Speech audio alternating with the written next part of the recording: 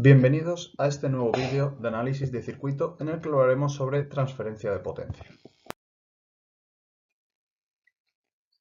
En este vídeo presentaremos una serie de teoremas y herramientas cuyo objetivo es, en primer lugar, guiar el diseño de redes circuitales con respecto a la transmisión de potencia y, en segundo lugar, caracterizar una red circuital de manera global según su influencia en la transferencia de potencia en un sistema más amplio al que conectemos esta red circuital. El desarrollo que realizaremos en este vídeo se hará sobre el régimen permanente sinusoidal, por ser este un ámbito de análisis más genérico. Pero, sin embargo, las conclusiones que obtendremos son igualmente válidas tanto para la situación concreta de excitaciones continuas como para la situación concreta de excitaciones con régimen permanente sinusoidal.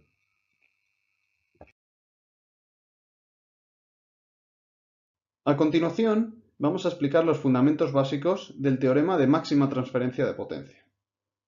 Vamos a partir de una red activa, es decir, una red que tiene generadores independientes, ya sean de corriente o de tensión.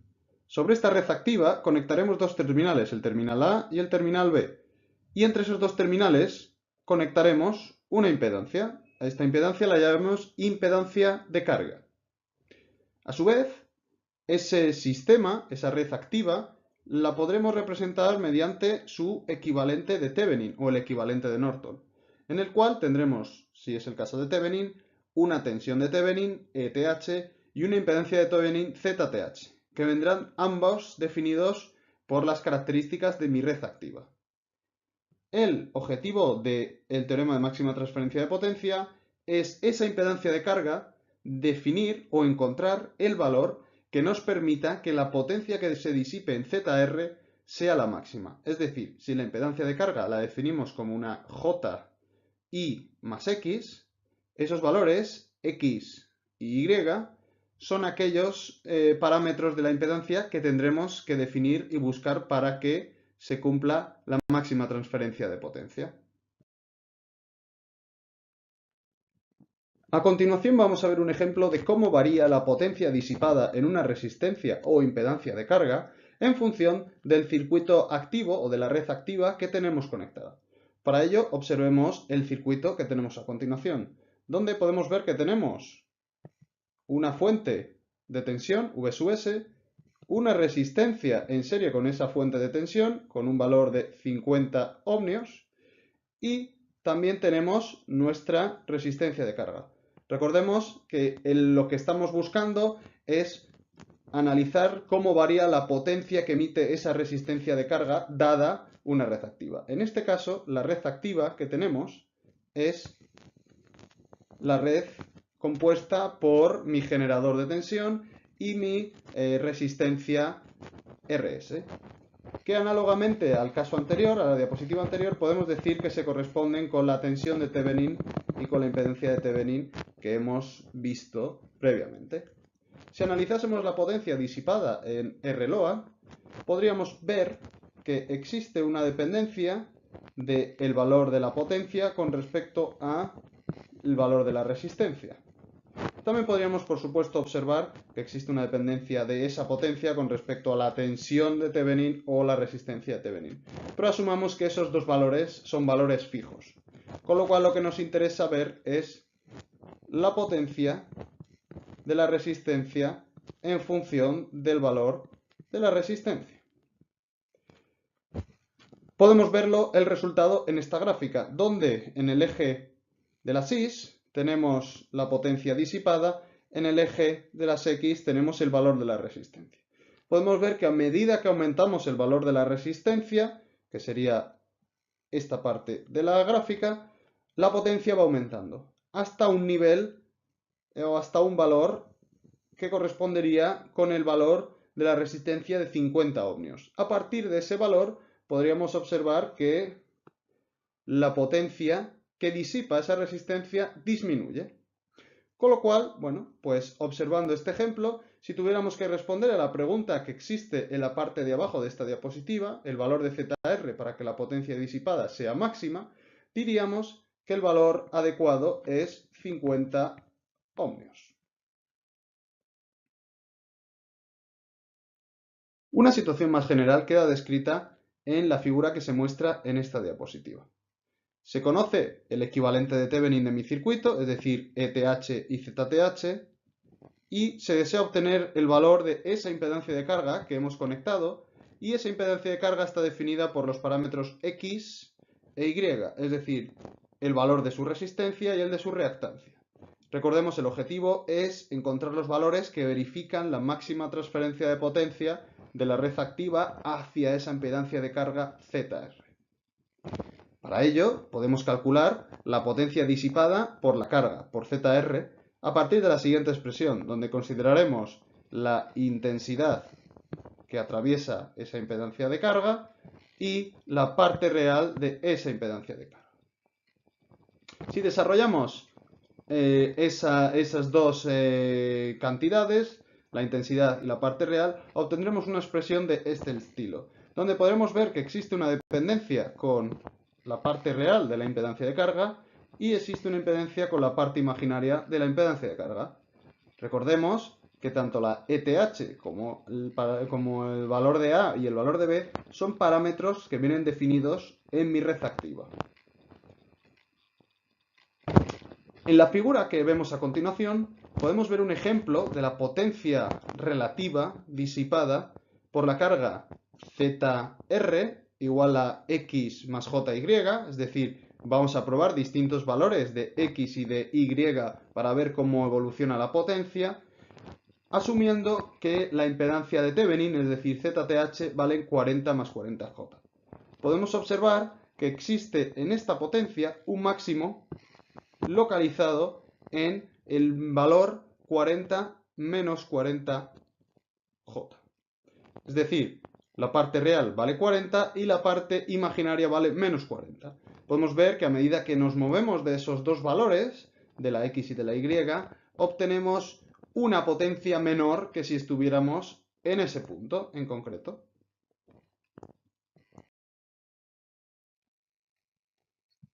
En resumen, lo que queremos maximizar para el circuito que hemos estado analizando en la diapositiva anterior es esta expresión. Esta expresión que nos va a depender, como hemos visto anteriormente, de dos variables, la X y la Y. Recordemos que maximizar esta expresión es más o menos equivalente a minimizar la siguiente expresión, que es 1 partido de esa potencia. Si quitamos las partes constantes, nos quedará una función que depende de X y de Y. Recordemos, buscar el valor mínimo de esta función, que depende de dos variables, es equivalente a calcular las derivadas con respecto a una variable, es decir, la derivada parcial de esa función con respecto a X, y con respecto a la otra variable, es decir, la derivada parcial de esa función con respecto a Y, e igualar ambas derivadas a cero. Si realizamos este proceso, observaremos que el resultado que obtenemos es que nuestro valor de la X tiene que ser menos A y nuestro valor de la Y tiene que ser menos B. ¿Para qué? Para que obtengamos que la potencia se maximice, es decir, la potencia que se transmita a ZR y que disipe ZR sea maximizada. En teoría, acabamos de ver en la diapositiva anterior que la solución teórica de maximizar la potencia nos daría pues, un resultado donde la X, que es la parte real, recordemos que la X es equivalente a la resistencia, y recordemos que la Y es equivalente a la reactancia. Con lo cual, lo que nos estaría diciendo el análisis teórico que acabamos de realizar es que tendremos que utilizar una resistencia negativa y una reactancia negativa. Mientras que una reactancia negativa puede tener sentido, es decir, estamos utilizando un condensador, por ejemplo, una resistencia negativa no tiene sentido. Con lo cual, obtenemos que la solución aproximada o la solución más razonable quiere decir que nuestra X tiene que ser el valor A, es decir, un valor positivo. Si cogemos esto y lo cambiamos a nuestra impedancia de carga de la que hemos partido originalmente, vemos que el resultado tiene que ser A menos JB, relacionado con la impedancia sobre la que partíamos, recordemos la impedancia de Thevenin, la impedancia de la red activa, esta impedancia, que nos ha servido para caracterizar nuestra red activa, observamos que la relación entre una impedancia y la otra se debe a aplicar el conjugado. Con lo cual diremos que la impedancia de carga debe de ser igual al conjugado de la impedancia de Thevenin para obtener la máxima transferencia de potencia. Y por último, en este caso, donde exista máxima transferencia de potencia, verificaremos que la potencia disipada de ZR es igual al módulo de la tensión de Thevenin al cuadrado partido de 8 veces la parte real de ZR. Es decir, no tendremos que realizar cálculos adicionales, directamente podremos plasmar esta función en cuanto se verifique que existe la máxima transferencia de potencia. Por último, decir que se dice que una carga está adaptada a la red activa o que existe adaptación de impedancias cuando se cumple esta relación, es decir, cuando se cumple que la impedancia de carga es igual al conjugado de la impedancia de Thevenin. En este caso, recordemos, diremos que la carga está adaptada a la red activa y que se transferirá la máxima potencia a esa carga. Por el contrario, fijaros que hasta ahora lo que hemos visto es que tenemos una impedancia de carga que queremos obtener el valor concreto y tenemos una red activa en la cual vienen unos parámetros fijos. Bueno, pues si consideramos la situación complementaria, es decir, que tenemos una impedancia de carga donde me dan un valor fijo, A más JB, y lo que yo quiero es buscar mi impedancia de Thevenin que me permite transferir la máxima potencia a ZR. Este problema es análogo al caso anterior, pero tiene ciertas particularidades que veremos en la siguiente diapositiva. Particularizando la expresión de la potencia para esta situación, en la que recordemos lo que queremos es encontrar el valor de la impedancia de Thevenin dada una impedancia de carga, entonces obtendremos un resultado de este estilo, donde podremos ver que ahora las variables que me interesan, o las variables sobre las que yo quiero poder decidir para que exista una transferencia de potencia, son la x y la y que aparecen en el denominador de esta expresión. Recordemos, este desarrollo es totalmente análogo al caso anterior, en el cual las variables de incógnita son distintas, pero el cálculo de la intensidad o la parte real es exactamente la misma.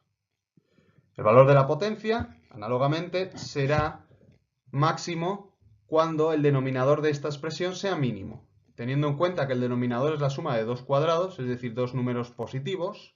Su valor será mínimo cuando ambos sumandos sean 0. Estos sumandos serán 0, en el primer caso, cuando x más a al cuadrado, cuando x sea igual a menos a, con lo cual, análogamente a lo que hemos visto en transparencias anteriores, no podremos tener un caso en el cual la x sea negativa. Recordemos, la x es la parte resistiva, con lo cual para este caso la solución posible, o la solución que hará que x más a se aproxime más a 0, será cuando x valga 0, mientras que para el otro caso, y más b al cuadrado, como hemos dicho, buscaremos que este valor valga 0, y en este caso, este valor valdrá 0 cuando la y sea igual a menos b, caso que sí que podremos considerar, porque ya hemos visto que una reactancia negativa se corresponde con un condensador, con lo cual la solución posible para este caso coincide con la solución matemática que hemos obtenido. En conclusión, el valor de esta impedancia resulta que vale ZTH igual a menos JB. En esta situación, particularizando con los valores obtenidos, la potencia que recibe la carga será la tensión de Thevenin al cuadrado partido de 2 veces la parte real de la impedancia de carga. Con lo cual, en el momento en el que se verifique la máxima transferencia de potencia entre esa impedancia de Thevenin que acabamos de calcular y la impedancia de carga fija, podremos automáticamente determinar el valor de la potencia. Obsérvese que en este caso la potencia que entrega la red activa sí depende del valor de la carga, comparado con los casos anteriores en los cuales la potencia que entregaba la red activa era una y lo que queríamos es que modificando la ZR obtuviésemos la máxima potencia en esa ZR, pero la potencia que entregaba ETH y ZTH es la misma. Este caso, el mostrado en esta diapositiva, es distinto. ¿Por qué es distinto? Porque en este caso la red activa o el diseño de la red activa se ha guiado mediante el valor de ZR. Además, el resultado obtenido es cualitativamente razonable, dado que la potencia del generador equivalente se distribuye únicamente entre las partes resistivas de la impedancia de carga y de la impedancia equivalente. Si esta última puede elegirse, lo mejor es que su parte resistiva sea nula, de modo que no disipe potencia. Es decir, si buscamos que ZR disipe la máxima potencia y la potencia está relacionada con la parte real, lo más lógico es que digamos, bueno, pues ZTH sin parte real, es decir, la X igual a 0.